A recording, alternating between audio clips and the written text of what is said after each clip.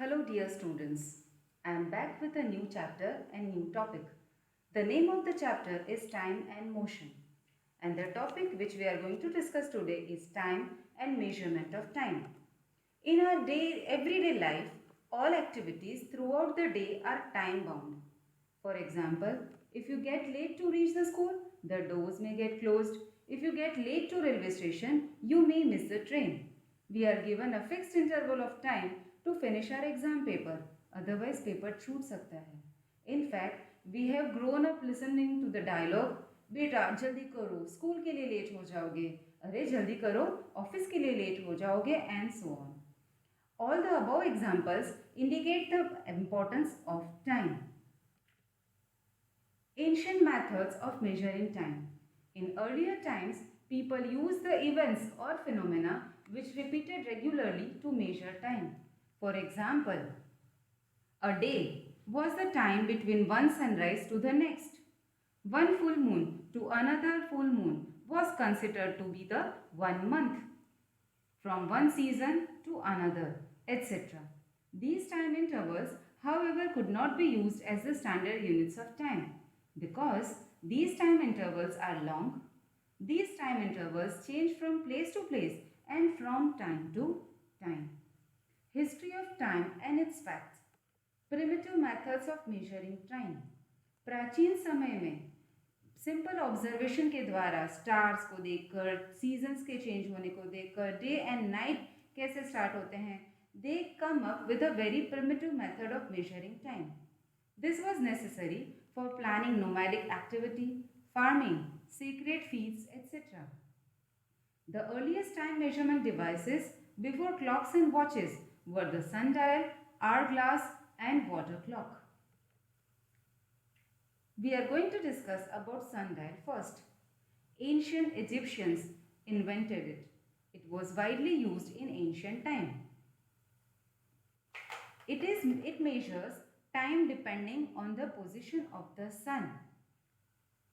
It is based on the fact that the length of the shadow cast by an object changes with the time of the day.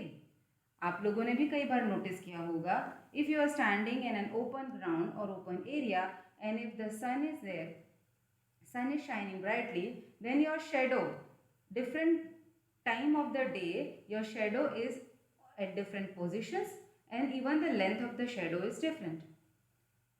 As you can see in the diagram, it has a stick in the center of a circular disc. The position and length of the shadow of the stick on the dial gives the indication of time. But it has one limitation also. Sundials can't function during cloudy weather and at night.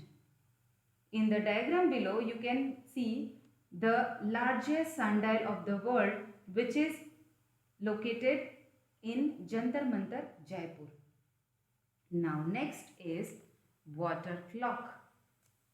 In water clock, water is allowed to flow out from a hole made at the bottom of a bowl-shaped container into another bowl kept below. The emptying of the water-filled bowl to different levels correspond to specific time period. As you can see in the diagram, there are markings in the container above. This container has markings that are used to show the passage of time. As the water leaves the container, an observer can see where the water is level with the lines and tell how much time has passed. Then, sand clock. Sand clocks were based on the principle that a certain fixed quantity of sand passes through a narrow passage in a certain fixed time interval. It is also known as an hourglass. The sand clock or hourglass consists of two bulb-shaped containers made of glass and connected through a narrow glass tube, as you can see in the diagram given. Sand is filled in one of the containers. The clock is kept on a plain surface with the filled container at the top. दो bulb shaped containers को बीच में एक narrow tube से जोड़ा जाता है. इस narrow tube के थ्रू धीरे धीरे धीरे सैंड एक कंटेनर से दूसरे कंटेनर में शिफ्ट होता है. इसे इस तरह से रखा जाता है प्लेन सरफेस के ऊपर कि जो साइड का बल्ब या जो साइड का कंटेनर सैंड से पूरा भरा हुआ होता है वो टॉप की तरफ होता है. When all the sand trickles down to the lower container, it indicates that definite time period is over.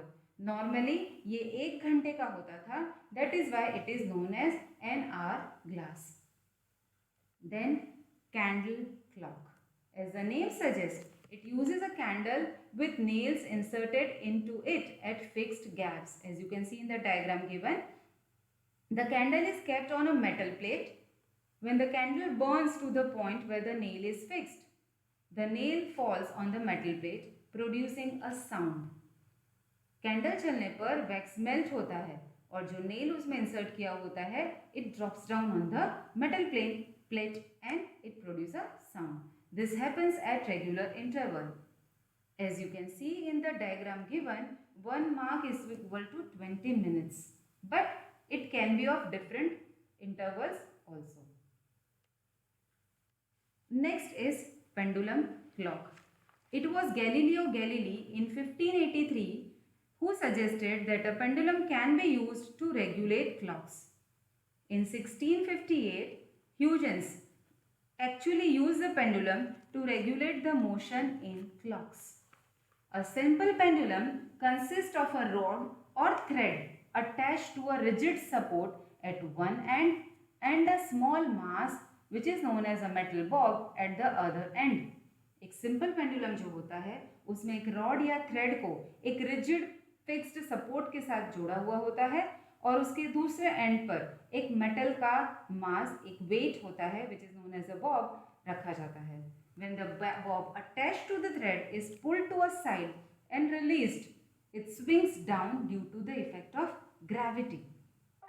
The pendulum then moves back and forth at fixed intervals. वो हमेशा एक fixed interval पर अपना एक oscillation complete करते हैं. What oscillation is, we are going to study in next slide. ये Bob होता है जिसे एक तरफ पुल करने के बाद जब रिलीज किया जाता है तो ग्रेविटी के कारण, गुरुत्वाकर्षण के कारण वो स्विंग होकर नीचे जाता है and it again comes back. It started swinging.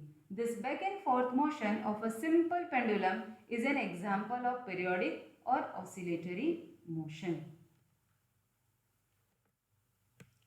In the given diagram, as you can see, Q is the point of support to the pendulum and A is the mean or rest position.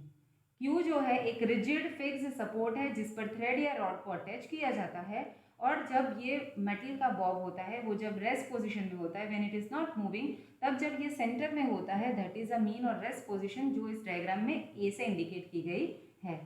B and C are two extreme positions. The movement of pendulum from one extreme position to the another extreme position. For example here from C to B and again back to B, or either way, again back to C, or either way from B to C and again back to B, or it can also start from the mean position from A to either B or C, again back to B or C and then A. That is known as complete one oscillation. The time taken by the pendulum to complete one oscillation is referred to as the time period and is denoted by capital T. Therefore, the formula is time period is equal to total time taken upon number of oscillations. Now, about the motion we are going to study in our next presentation. Thank you.